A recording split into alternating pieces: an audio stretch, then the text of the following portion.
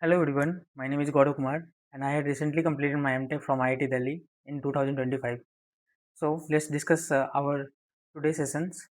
These questions are related to ratio and proportion. These questions are multiple, this concept, not the question, these concepts are multiple times asked by GATE in several years. Okay, so given that f of x y is x to the power n and y to the power m, and the question say that जब हम इसको 2 times x कर देंगे and y divided by 2, in question given that x is doubled and y is halved, that's why I written like that, x is doubled and y is halved. Okay, तो क्या हो जाएगा 2x to the power n y is not and y by 2 to the power m.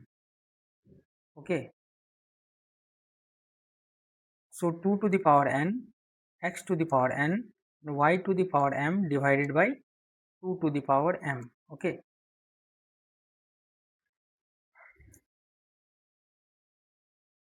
1 second.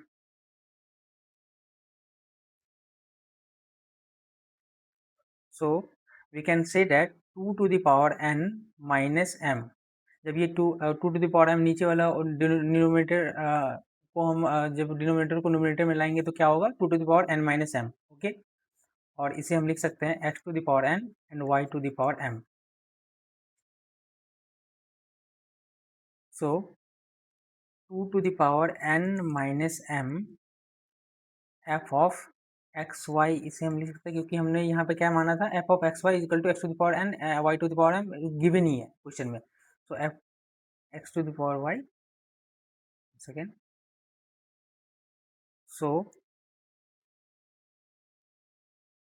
2 to the just like इसको हम कह देते हैं, ये क्या था p के बराबर था, equal x to the power y to the m equal to p. तो 2 to the power n minus m into p. Okay, so which option is correct answer? 2 to the power n minus m into p. Option 1 is the correct answer of this questions. This question says that select the most appropriate and solve the given questions. Means which option, which statement is correct, either option 1 is correct or 2 is correct, or whether option 1 2 are both are correct and both are incorrect. So we have to find this. If two floors in a certain building are 9 feet apart, how many steps are there in a set of stairs that extend from the first floor to the second floor of their building? First floor and second floor हमें ये दिया हुआ है, just like यहाँ पे हम second floor मानते हैं. इसकी कितनी हाइट दी हुई है, 9 फीट. ओके, ये फर्स्ट फ्लोर है. Okay, first floor. So from statement 1, statement 1 क्या कह रहा है, each step is 3/4 foot high. Feet कितना, 9 फीट दिया हुआ है, each step is 3/4 foot high. तो दैट्स वाई हम लिख सकते हैं 3/4 इंटू 9, क्योंकि ये हाइट इतना 9 फीट दिया हुआ है और 3/4 इस स्टेप इज 3/4 फुट हाई. सो हम इसे कह सकते हैं 6.75 is approximately equal to 7 feet. Okay, so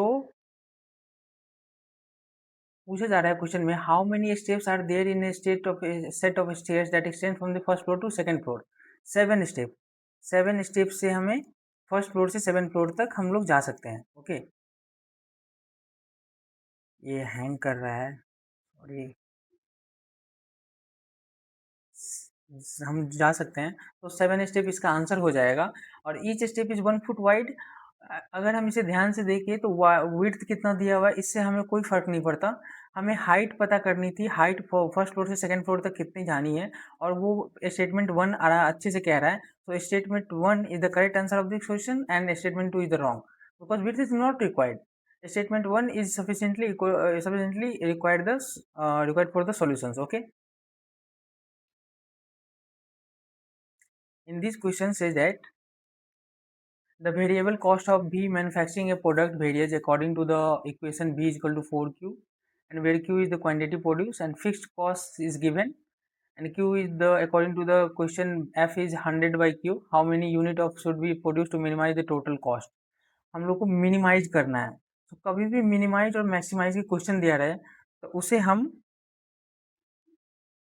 हम मैक्सिमम और मिनिमम का कॉन्सेप्ट यूज करके उसे सॉल्व कर सकते हैं. Okay, so if you derivate them then v plus f, just v plus f को हम कोई फंक्शन मान लेते हैं, एफ ऑफ क्यू.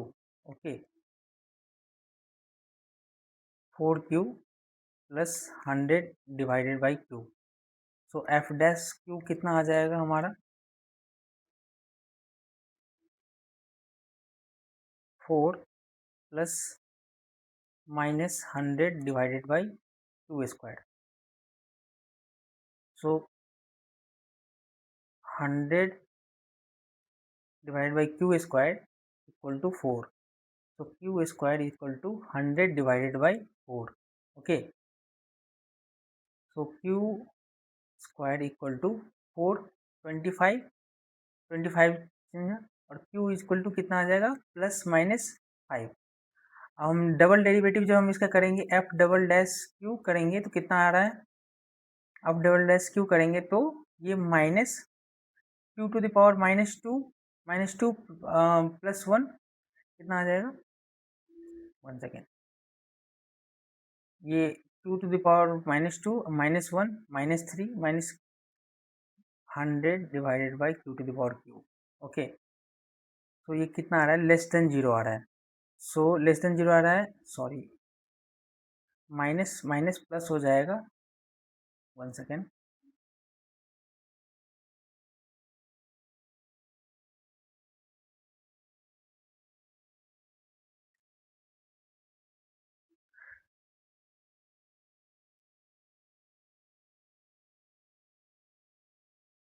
जब हम इसे सॉल्व करेंगे तो q to the power minus 2 into 100. Okay, f double dash q करेंगे जब तो q to the power minus 2 minus 1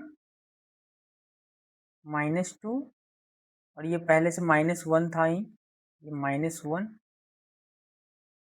q to the power minus 3 into 100. तो कितना आ रहा है, 200, 1 सेकेंड, 200 डिवाइडेड बाई क्यू, और ये ग्रेटर देन 0 आ रहा है, means minima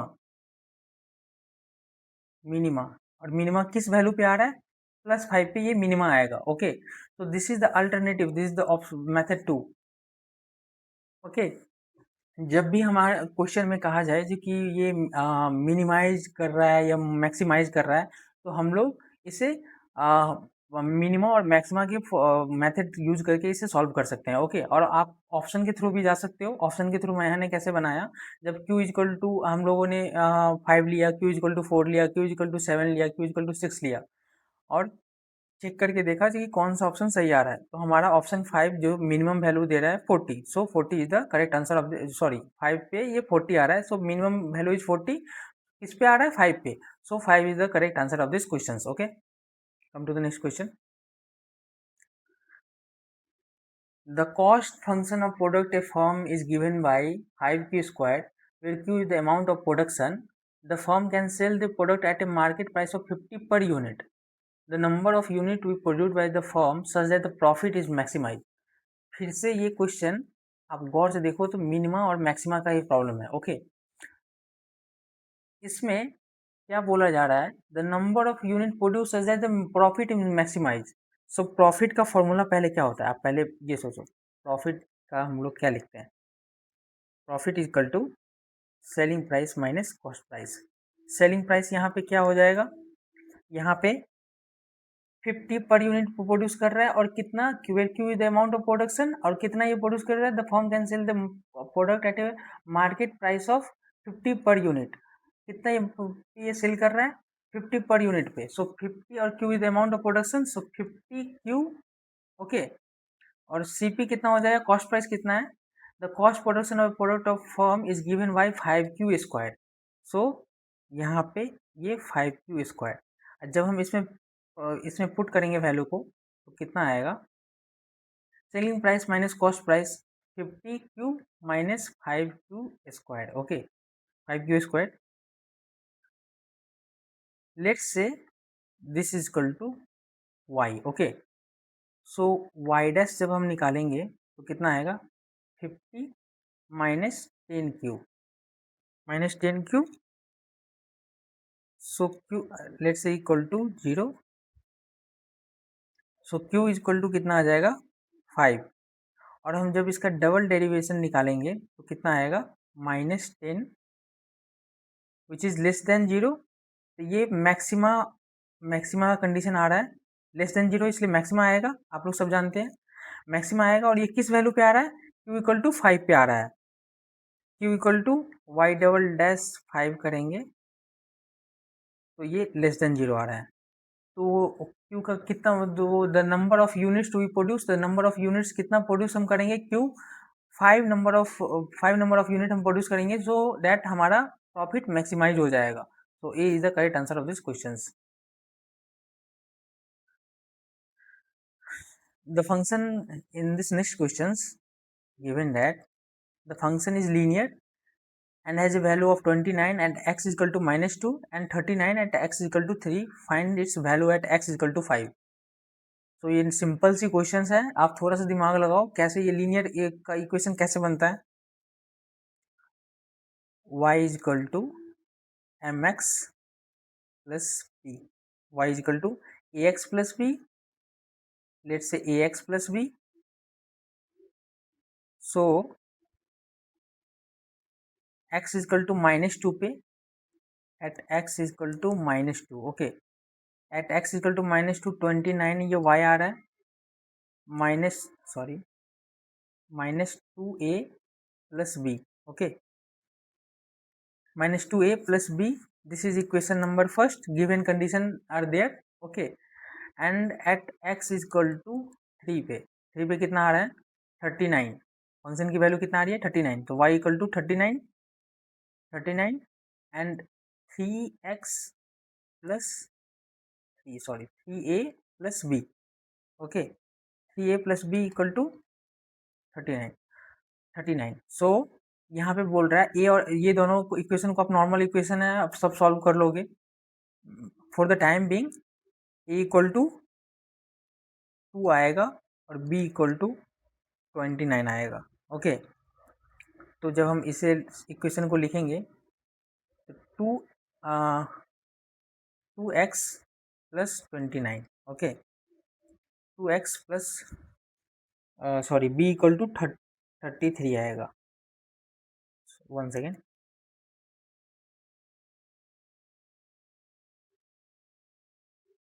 2x plus 33.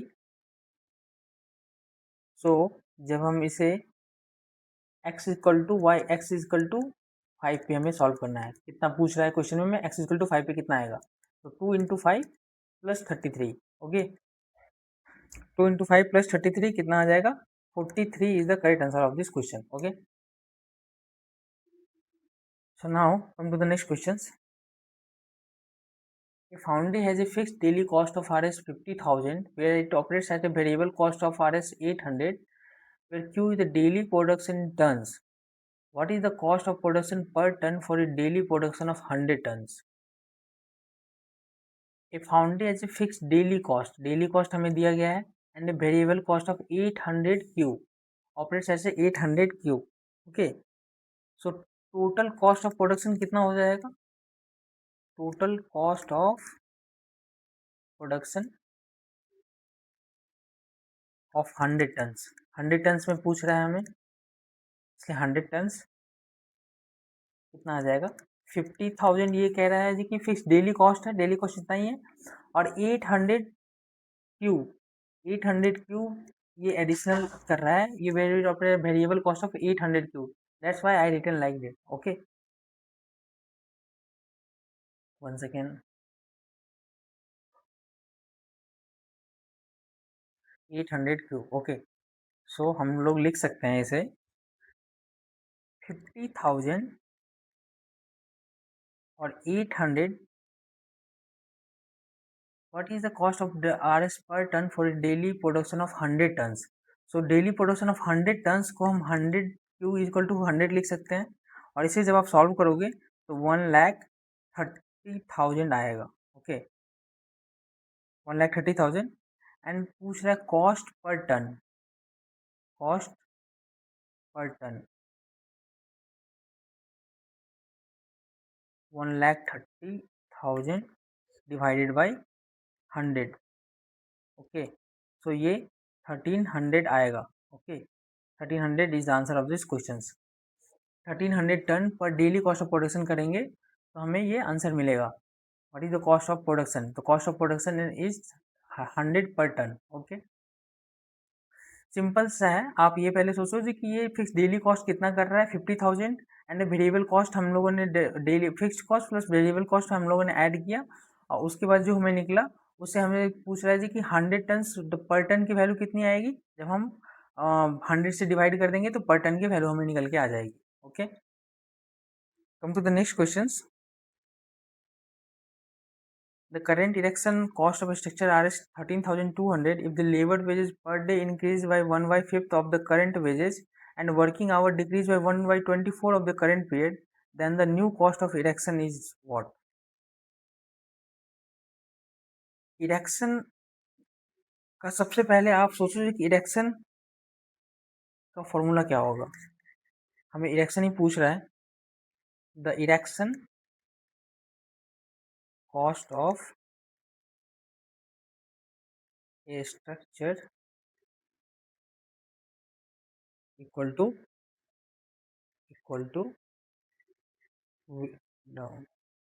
wages into time. Let's say wages is equal to x and time is equal to y. So x into y. So हमें बोल रहा है the labor wages per day increase by 1/5 of the current wages.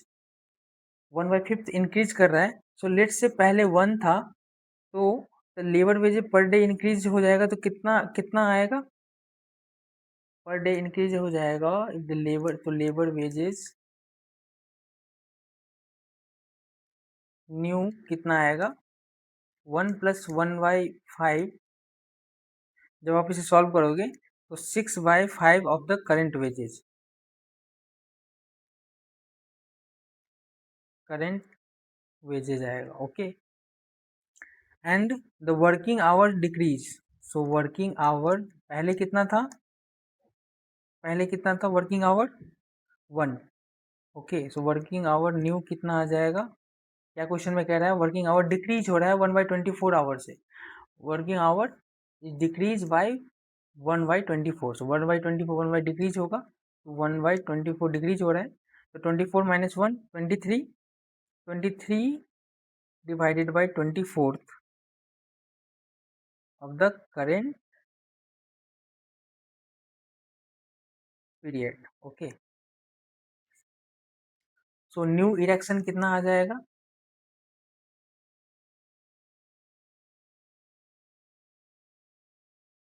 New erection कितना आ जाएगा हमें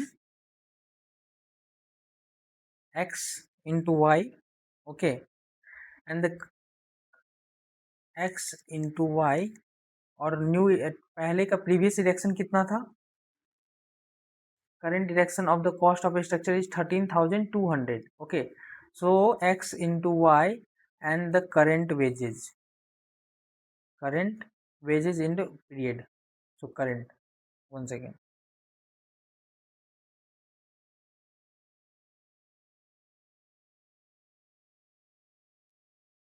x कितना आया हमारा 6/5. 23/24 y था, और इसमें हम लोगों ने निकाला जी इंक्रीज हुआ 1/5 से, डिक्रीज हुआ 1/24 से फॉर द करंट पीरियड और current wages. So current wages कितना गिवन था हमारा. करंट इलेक्शन का फॉर्मूला कितना गिवन था x + 5. करंट में कितना गिवन था 13,200. Okay, second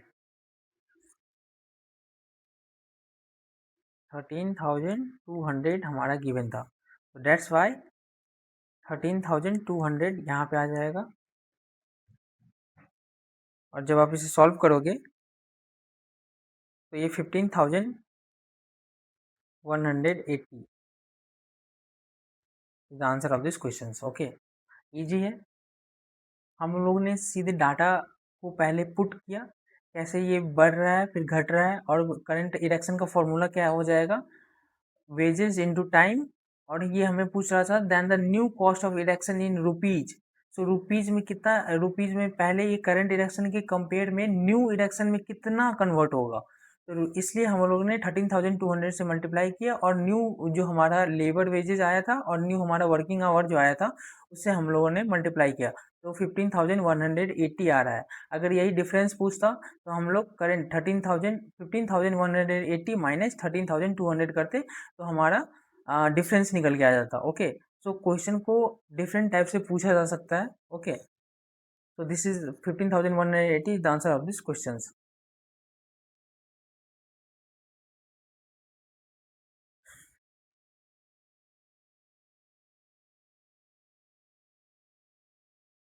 So in these questions given that based on the given statement select the most appropriate option. What will be the total weight of 10 poles of same weight, each of same weight?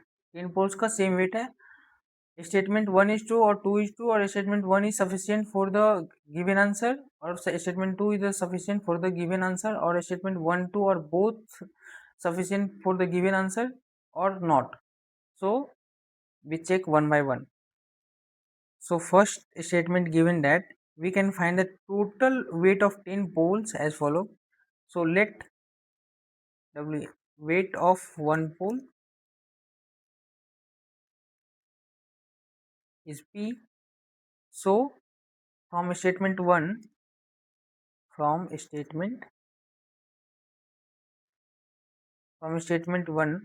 क्या कह रहा है, जो हम weight of one pole, 1/4 of the weight of the pole is 5 kg. So 1/4 मतलब weight of the one pole p by 4 equal to 5 करेंगे तो हमें हमें क्या मिल जाएगा, वन पोल की वैल्यू मिल जाएगी, कितनी आएगी, 20 kg। ओके, और what will be the total weight of 10 poles, तो वन पोल का 20 kg, सो 10 पोल का कितना आ जाएगा, 20 into 10।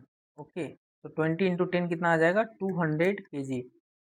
So option 1 is the sufficient for answer given, sufficient है इस आंसर देने के लिए। ओके, अब स्टेटमेंट 2 को भी चेक कर ले लेते हैं। फ्रॉम स्टेटमेंट 2, ओके, इसमें from total weight of this poles is 160 kg more than the total weight of two poles. Two poles कह रहा है कि total weight of this poles is 160 kg ज़्यादा है total weight of the two poles के। So one second, कितना हमें, what will the total weight of 10 poles, total weight of the pole से कितना ज़्यादा कह रहा है, 10। सो इक्वेशन क्या बनेगा हमारा, 10p minus 2p equal to 160 kg ज़्यादा बोल रहा है। ओके, तो 8p equal to 160, p equal to 20 kg। यहाँ पे से भी ये हमारा निकल के आ रहा है, तो 10 पोल का कितना वैल्यू हो जाएगा, 20 into 10। Okay, so 200 kg answer of this question. तो ऑप्शन 2 यहाँ पे स्टेटमेंट 2 भी करेक्ट है, तो statement 1 is correct and statement 2 is correct.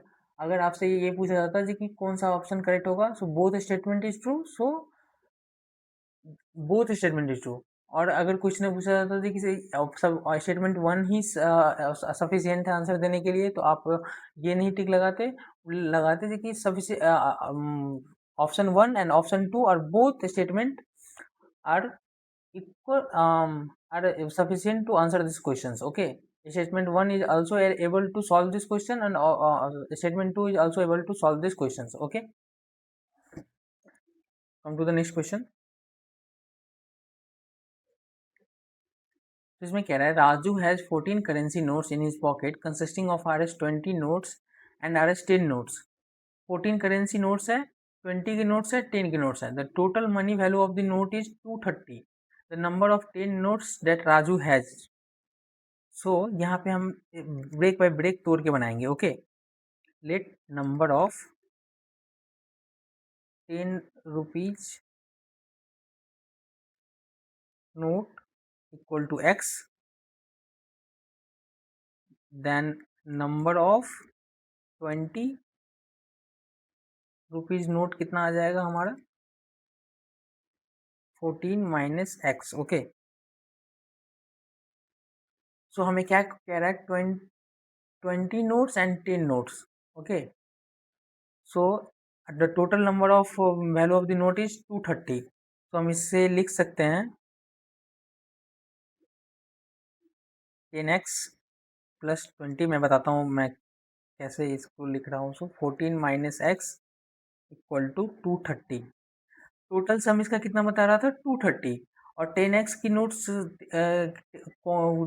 सबको प्लस करने के बाद 230 आ रहा है। तो किसको प्लस करने के बाद आ रहा है 10 रुपीज़ नोट को और 20 रुपीज़ नोट को।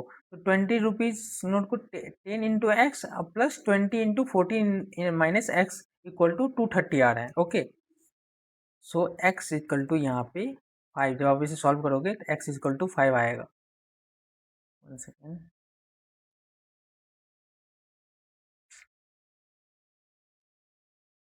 x इक्वल टू 5 आएगा। सो हम लोगों ने the number of 10 rupees note that Raju has. So 10 rupees note Raju के पास कितना होगा 5। Number of 10 rupees notes x equal to 5 is the answer of this question.